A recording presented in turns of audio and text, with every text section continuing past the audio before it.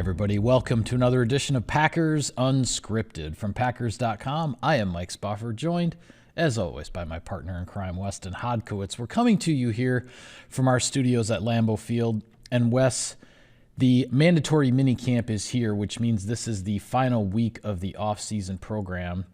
And actually, shortly after we are done recording this episode, we'll be heading out to the practice field for the first of 2 minicamp days. So here's what we're going to do. Wrestle. No. Oh, okay. No. On our next show, which will be Thursday, we will review minicamp and share our observations and our coverage, press conferences, locker room interviews, everything that we get. But right now, and this will be our final week of shows for the off season, then we'll be back during training camp. So right now, what I want to do, and I didn't give you a heads up on this. This show truly is unscripted. I showed up 5 minutes before the show started. And you are at my mercy quite often in this setting. But we are just going to use this show as an overview of the Packers off season and how we got here. So I'm going to just throw some different questions at you. Some of them we might dive into some discussion. Others could be quick hitters. We will see where this goes. First one for you. What was in a very busy off season in Green Bay, what was the biggest piece of news that came out of 1265 Lombardi Avenue? First off, when was the last time you and I, in 8 years of working together, have been quick hitting about anything? That's true. We could talk for 15 minutes about kicking competition with no issues whatsoever. Yeah, things don't get so rapid fire on this show unless we intentionally say this is a rapid fire segment. This is it. For me, I don't want to. It's something we've talked ad nauseum about, so I don't want to belabor it. But it was the answers that Christian Watson and Eric Stokes got regarding their hamstring injuries, because I felt like, Mike, a lot of times we do feel somewhat in the dark about injuries and exactly what guys are going through. Tip of the cap, too, to Tucker Kraft and Zach Tom. They also were very forthcoming about the shoulder injuries that they sustained, the pec injuries, I should say. Sure. Throughout the offseason program. And I think that helps the clarity of the situation, understanding what these guys are doing and understanding where their bodies are. But let's be honest about it, Mike. You probably wrote the most salient, poignant, important story of the offseason last week when you looked at this whole thing about receiver A, 1A, 1B, whatever you want to call it. Right. The fact the Packers don't have that traditional number one guy. But the reality is, when you look at Christian Watson's makeup, if he's on the field, he is the guy that everybody has to take into account for. It doesn't matter if you're a cornerback, doesn't matter if you're a safety, maybe even a linebacker with the way he sometimes will be in the slot. Christian Watson is the ultimate chess piece if you can get him on the field. And it feels like the Packers were able to do that with going down to Madison, getting the answers at Badger Athletic Performance, understanding that is a resource the NFL invested into and something they could tap into. Was there anything in there that the training staff didn't already know? Probably not. But understanding one's body, I think, has become a really important thing, because for so long, Mike, it was just NFL players, they hurt a hamstring injury, you stay off it for a little bit, and you go back out there. There's so much more to this thing. Watson, Reed, Dobbs, Melton, Wicks. The list goes on and on of receivers the Packers have, but when Christian Watson is on the field, the defense has to take notice. Yeah, absolutely. And for me, the biggest news of this offseason, I don't know if it necessarily qualifies as news, but it's related to what was really the biggest news story of the entire offseason, which was the change at defensive coordinator with Jeff Hafley coming in. But in terms of the offseason program and the news to come out of it, it's that there really is an attitude shift on the defensive side of the ball. It's not just what the coaches are saying. We're hearing it from the players in the locker room in terms of the aggressive mentality, in terms of the different things that they're being asked to do, and the enthusiasm and the excitement for it. Obviously, it's still going to come down to results. Once that ball kicks off in Brazil against the Philadelphia Eagles, it's all about what you do on the field, whether you win or lose, and the results that you get. But there is no mistaking the attitude shift that has happened, I think, on the defensive side of the ball. And I think the fact that that was confirmed by the players that we talked to in the locker room over the last several weeks, it's not just the coaches, it's the players are feeling it as well. My next question for you. Now, this doesn't just include like from when the offseason program started. I'm talking about the offseason in general. The most important player acquisition, whether you're talking free agency, draft, whatever, the most important player acquisition the Packers made this offseason. Xavier McKinney. Yeah. Josh Jacobs was important, especially when it became known that Aaron Jones is not going to be back. But, Mike, when the season ends, you always have a feeling of where the Packers need to improve. It could be a defensive coordinator. It could be in a different phase of the game or an aspect of the game, red zone.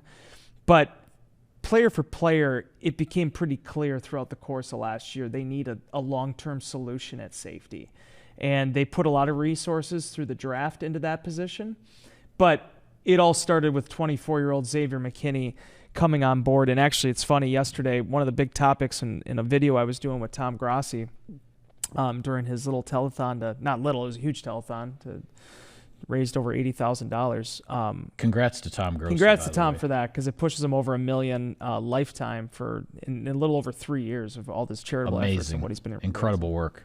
But one of the things I told him about was it is so rare in the National Football League to see a safety of McKinney's caliber who started as many games as he did, basically a starter since he walked in the door in New York, and he hit unrestricted free agency at 24 years old. Yeah. And Brian Gutekunst sort of talked about that this offseason. It was the perfect storm with McKinney. It's the reason why they really highlighted him as a must in a top, free agent target. And now that he's in the building, yeah, we'll see what happens in training camp. We'll see what happens while he looks when the pads come on. But the leadership role he's taken with a very young secondary, and the way he's kind of jived so far and meshed with Jair Alexander, I think it's really exciting, and I don't think there's any other way you can say than that was the marquee signing they needed it to be. And when you talk about a captain, when you talk about a guy that's still on the come up, I think McKinney is everything you could hope for in a free agent addition. Yeah, and it's the classic Brian Gutekunst signing, right? Because when you go back to the other year in his tenure as GM, when Gutekunst made the big splash in free agency, of course, that was 2019.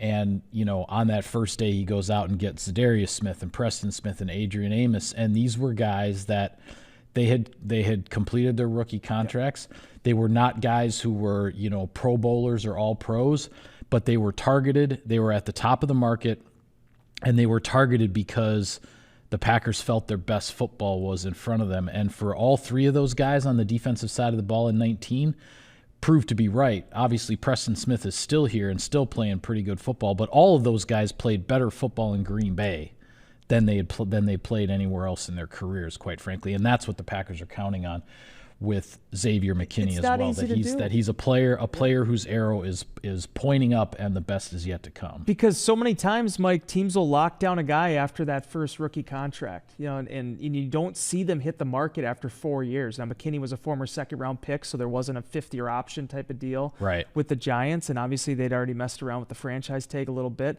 before that. But these are the type of signings that when you look at the free agents that come to market, you could do it for 2 or 3 years. You're not going to see a player like that. Yeah, I agree. Next question. Most surprising news of the offseason? It's Kingsley Enagbare is practicing. That's the most surprising news. That's a good one. I was sitting, I've told you this story. I probably have said it on Unscripted too, but sometimes people don't listen to every one of them. We got done in Dallas, and it was a joyous moment. That locker room, the vibe in there, it was right up there with 2016 at the end of Run the Table, the regular season in Detroit. Guys were just over the moon. And then you see Kingsley kind of behind a pillar, numbered Packers defensive coaches consoling him. He has a towel over his head. They're fearing for the worst here, that he tore his ACL. And probably the reason why maybe it shouldn't be as big of a surprise as I'm making it out to be is the fact that a week later, when the season does end after Santa Clara, he's standing in his locker doing interviews, No crutches, no wheelchair. But confirming that he apparently tore his ACL. So that left us all, we all headed into the offseason like, what exactly is going? He's walking around like everything is totally normal, but yet he confirmed the injury that we all had feared. So, but a few months later, here we are. But it gets even weirder because the first week of the offseason program, we're not in there yet, but, Evan Siegel's down there taking photos. And Bari's running around hoops, and he's doing all these athletic exercises. And I'm like, man, that doesn't look like a guy that had reconstructive knee surgery. Right. People are asking about that in inbox. And I'm like, well, sometimes guys bounce back from these things quicker than others because I'm just predisposed to thinking that he had the surgery. Right, exactly. And no, he did not have the surgery. He had an ACL-related injury. And I said this last week in 3 things. I mean, he's been playing and looking really good in practice. He blew up the 2-minute drill for the number 1 offense last week, had forced them to start kicking after kind of, I guess you'd call it a sack or a disruption at the end of a third down play in the 2-minute that set up the field goal kicking competition. Yeah. Packers are super deep there, Mike. I mean, that's the thing that's really exciting about this thing. And Kenny Clark made that joke earlier this offseason about our entire group. It's like this big position now between the interior guys, now married up with the edge guys, but with, as you mentioned, Preston Smith, Rashawn Gary, Kingsley Enagbari, Lucas Van Ness. I thought Brenton Cox had some really nice work this offseason. Got to keep them all on the field, but that is shaping up to be one heck of a rotation. Yeah, I'm going to turn back the clock a little further. The most surprising news for me still is where the Green Bay Packers backfield is for 2024, because I would not have thought in a million years that when the offseason began that Aaron Jones would be a Minnesota Viking and the Packers would have Josh Jacobs, A.J. Dillon, a third-round draft pick, and Emmanuel Wilson, that would be the group that we'd be looking at. Still hard for me to see Aaron Jones with, in these promo shots for the Vikings with their uniforms and all that kind of stuff. But to me, that's one of the most surprising off-season roster moves I can recall in my time here, which is actually approaching. Well, this will be my 19th season here coming up covering for Packers. You and Mercedes Lewis there. Yeah, 19. Yeah. 19 years. I just put that together now finally. I arrived at Packers.com in 2006, right after Mercedes Lewis was drafted. Whose NFL career is going to last longer? We'll see. Well, I think he's got a lot more to be proud of than I do. But that being said, I'll move on to the next question.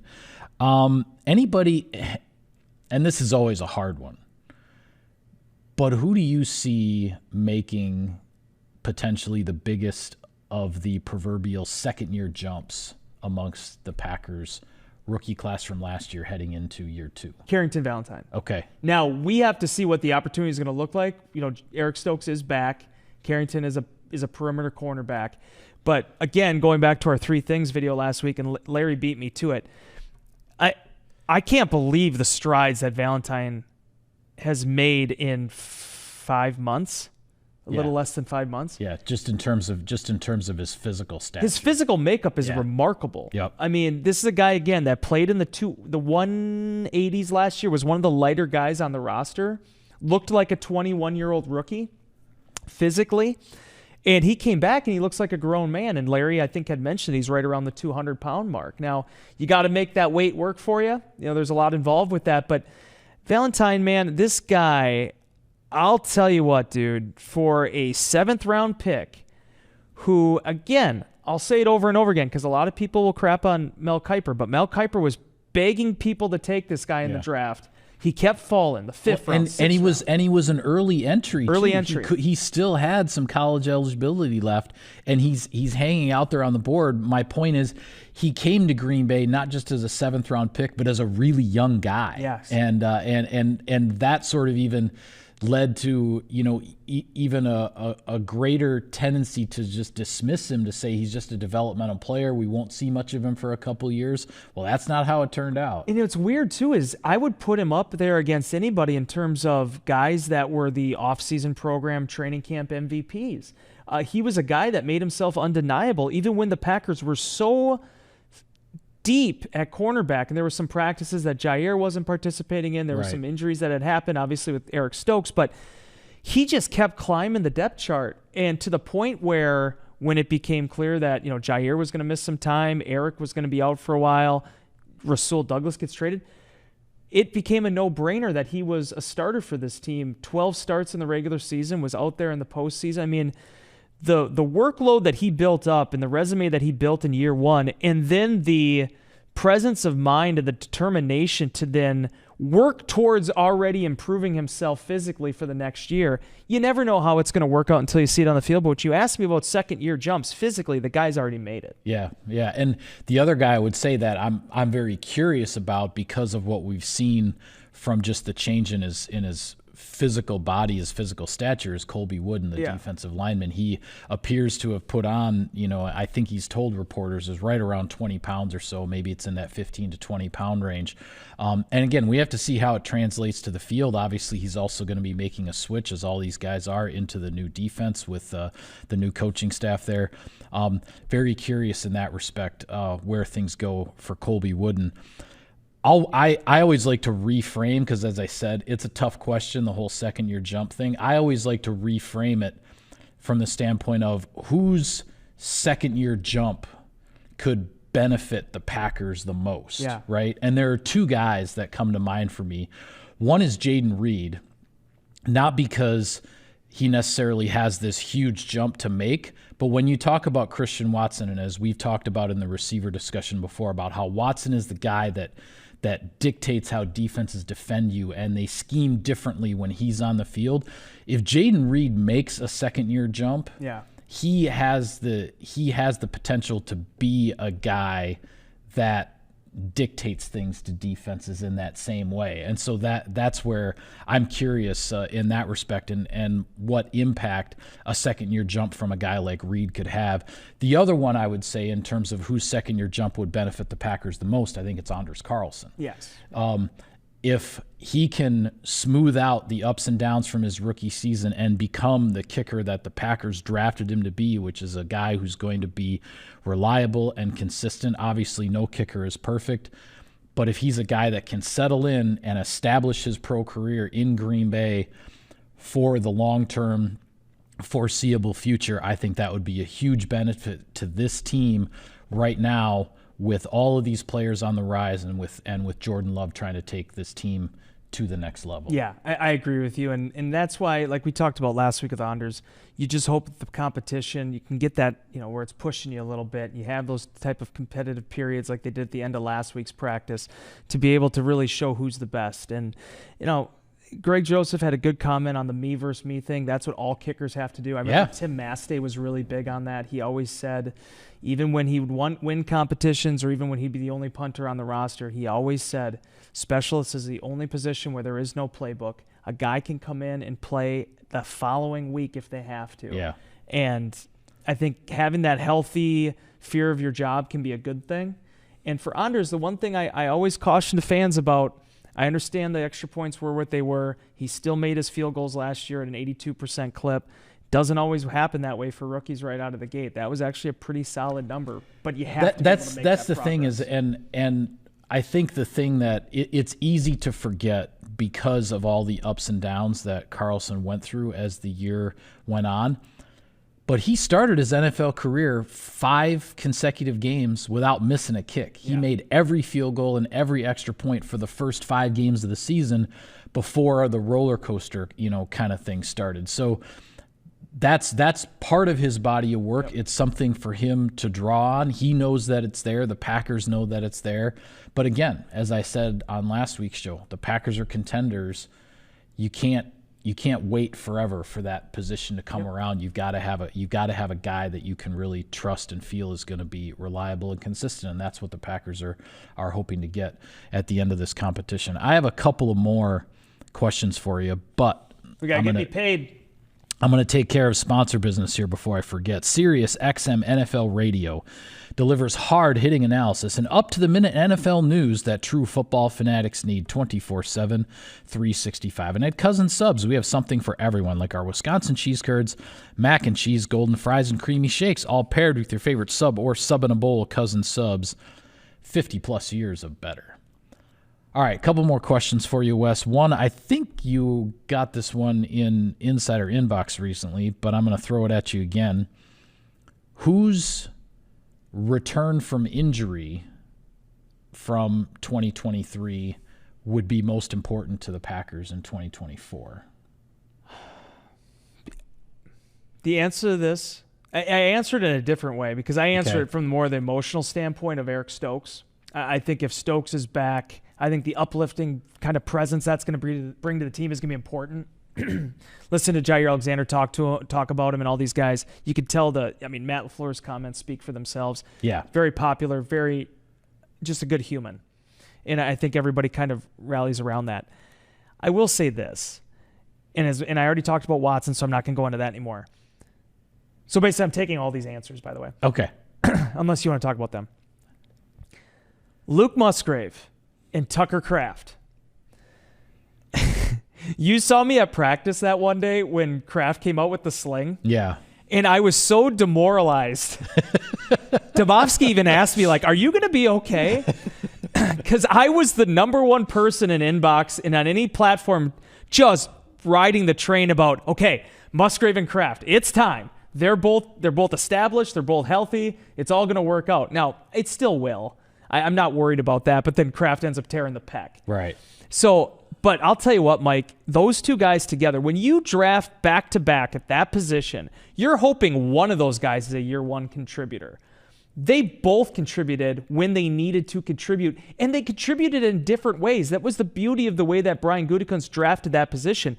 Two tight ends, but two different type of guys. One that comes from the West Coast, one that's an FCS guy. That's kind of the blue-collar dude that took himself from being, this rough and ready, just make plays guy at a lower level of football to a dude that was making plays all over the field last season. Right. So Kraft and Musgrave together in tandem, if you can get the two tight end stuff going with those two, I think the possibilities mixed with those receivers is just absolutely limitless. Yeah, my answers to this are the same as yours on the defensive side. All six of them? On the defensive side, you think mostly about Stokes. Yeah. And on the offensive side, I think mostly about the tight end situation. Particularly, we saw Musgrave come back last year, and then, he has the big, long touchdown in Dallas that was part of the blowout win in the wild card game.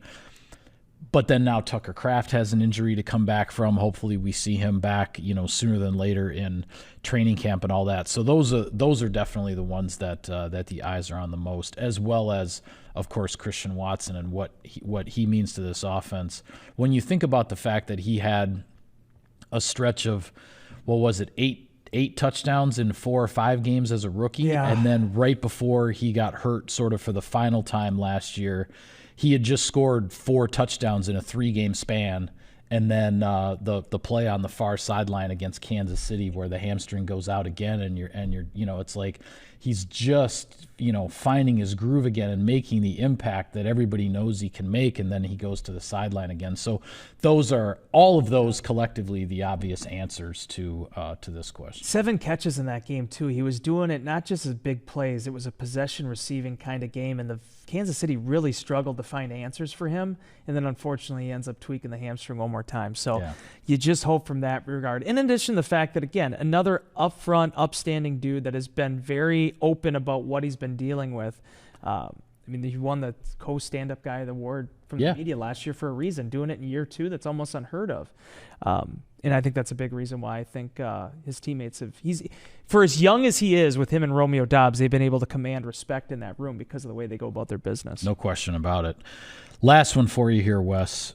What do you feel right now is the biggest question mark regarding the 2024 Green Bay Packers? Probably the offensive line, because I just don't know how the dominoes are going to fall there. We're watching Jordan Morgan sort of lining up everywhere.